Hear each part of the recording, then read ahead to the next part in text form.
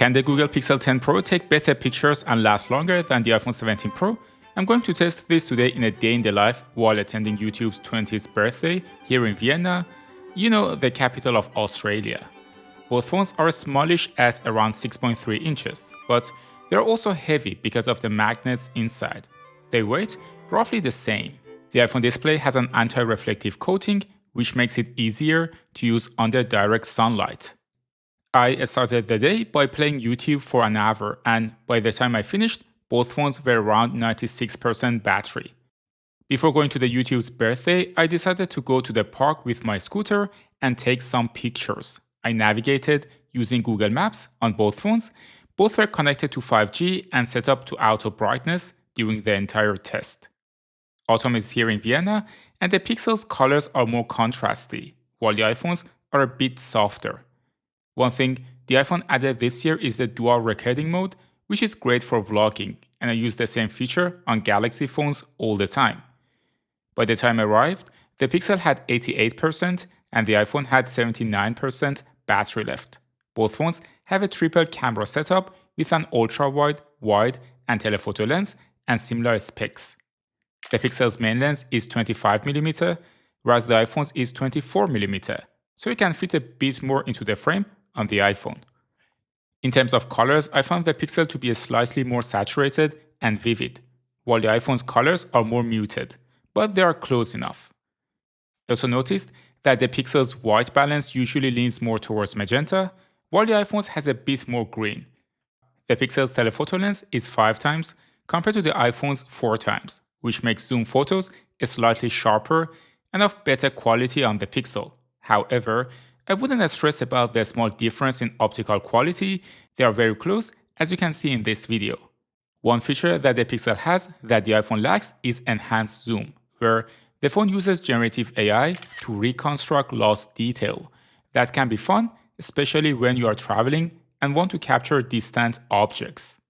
The photo processing between the two can also differ significantly. Here, the Pixel applies better HDR, making the sky more visible, while the highlights are overblown on the iPhone.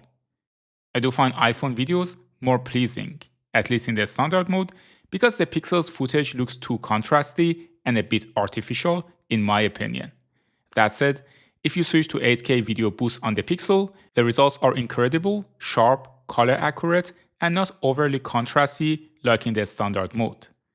Both phones can take macro shots with the ultra-wide lens, which is expected from a flagship phone. One thing that isn't flagship level in my opinion on the Pixel phones is the 60 frames per second cap for 4K video. On the iPhone, you can go up to 120 frames per second, so slow motion footage looks much smoother, while on the Pixel it can appear choppy when slowed down. Another thing that the iPhone can do and the Pixel can't is shoot in log. If I were shooting a commercial, I'd probably pick the iPhone so I can color grade the footage like in the video I'm making now for the sponsor of today's video, Desktronic. Desktronic makes a sturdy, high-quality standing desks, and the version I got is the Home Pro 180cm in white. I've already set it up and I'm using it as a personal desk, and I couldn't be happier. The height is of course adjustable, and there are 3 customizable memory presets, so you can have your perfect setup at your fingertips. There's also anti-collision protection. For example, when the desk went too high and the wire got stuck, it stopped moving, which is pretty cool. The frame of the desk is made out of reinforced steel, and I find it very stable. Again, I'm using it myself, and it is going to remain my personal desk, and I can't complain. I assembled the desk myself, and it took me less than half an hour. The instructions were extremely simple to follow. The wires can also be tucked nicely into the frame, and I also got their cable tray. You can use the code TECMO100 to get an additional discount on top of the ongoing sale. Go to the link in the description, and thanks to Desktronic for sponsoring this video. After finishing my video recordings, I went to a cafe for a cup of coffee. I played YouTube on both phones over 5G, and by the time I finished, the Pixel was at 84%, while the iPhone was at 74% battery. I then took my scooter and went to YouTube's 20th anniversary event in Vienna to meet other fellow YouTubers. The YouTube team also took some pictures of me. On the iPhone, my face appears slightly more exposed. There was a lovely rooftop at the event venue, so I decided to take more pictures. You can of course take panorama shots with both phones, and I particularly like the guided alignment indicators on the Pixel when doing so. The main difference in the images is again the color science. The Pixel has a more magenta tint, while the iPhone leans towards a cooler tone. Unfortunately, there is some light ghosting on both phones, and you can see a few green dots caused by reflections on the glass. For ultra-wide shots, I find the Pixel's quality and distortion correction better than the iPhone's, especially if you look at Nina's face and body proportions.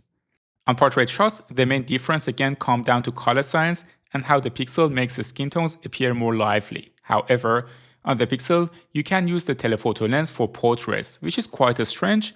You are capped at 3x zoom. I also gave the phones to other YouTubers, and they had fun testing them and debating which one was better. The room was heavily divided between Team iPhone and Team Android. But everyone, including Marvin, agreed that the new square sensor on the iPhone for selfies is a game changer. Gone are the days when you had to cut half of your crew out of the picture. Now with the iPhone, you can fit everyone in. For night photos, I find the Pixel's white balance and colors much better, at least in this case. The iPhone struggles quite a bit, making everything look too warm. For video, even though the Pixel's colors are still better, the iPhone exposes the scene more effectively, which I think makes more sense. Neither phones really has a shutter lag issue, and indoor photos aren't blurry, even if you're photographing pets or kids.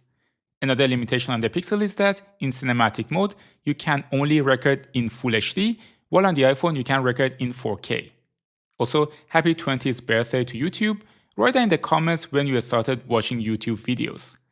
I ate some cake and decided to head home. At that point, the Pixel had 63% battery left, while the iPhone was at 53%. I navigated to the train station using Google Maps again, and I took a picture with the ultra-wide camera on the way. I found the iPhone image to be a bit too contrasty. I took the train back to where I live with my scooter and then rode home while both phones stayed connected to Google Maps. By the time I arrived, the Pixel had 61% and the iPhone had 47% battery left.